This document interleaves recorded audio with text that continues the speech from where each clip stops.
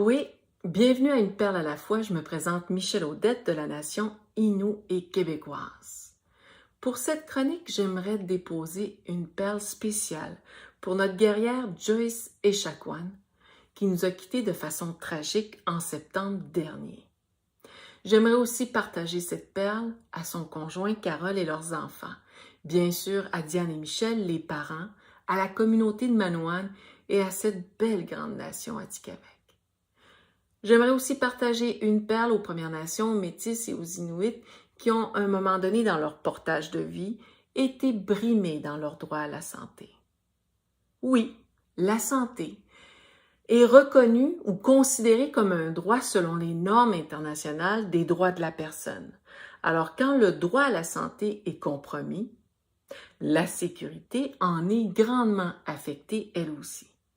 Alors malheureusement, c'est ce que Joyce nous a démontré à tous et à toutes. Vous comprendrez que je chéris ces petites perles, qu'elles sont précieuses et que j'essaie de les envelopper du mieux que je peux de l'amour que j'ai. Car en ce moment, la famille écoute attentivement tous les témoins qui passent devant la coroner pendant les audiences publiques. Pour nous, la santé ou la définition de la santé est surtout une façon de voir un grand ensemble, une approche holistique, globale, dans laquelle la sécurité physique, mentale, émotionnelle, spirituelle et sociale font un tout. Ça ne veut pas dire que quand il y a absence de maladie, je suis en santé, mais c'est plutôt quand j'ai un équilibre à travers les sphères que je vous ai nommées, et là, on peut parler de santé globale.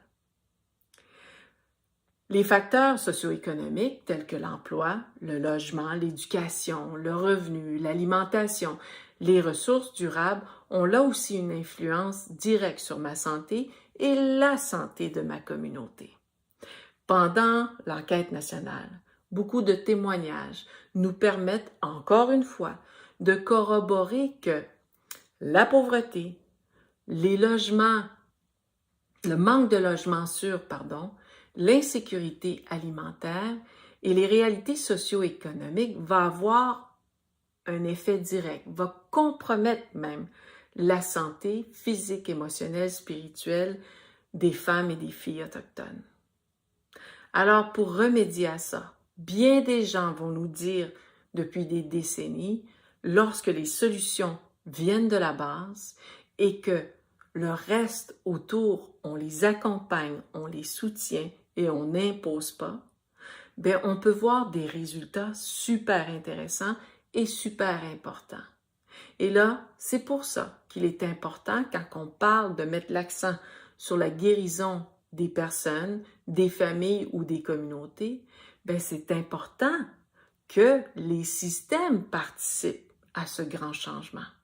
On parle de système canadien, on parle de système québécois, de marcher et d'accompagner, et surtout d'honorer le principe de Joyce. Alors, je vous dirais quelques paroles de Tony C., une personne qui a partagé pendant l'enquête nationale, des paroles qui m'ont touchée, qui m'ont fait réfléchir.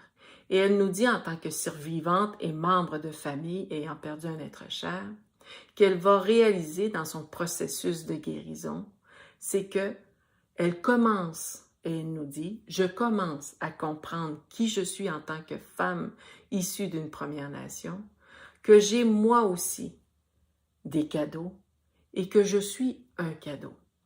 En plus, que j'ai des cadeaux à offrir. Alors vous et moi, quel serait le cadeau que nous pourrions offrir à la famille de Joyce Echaquan et à tous les membres des communautés, des nations, des Métis et des Inuits à travers le Canada?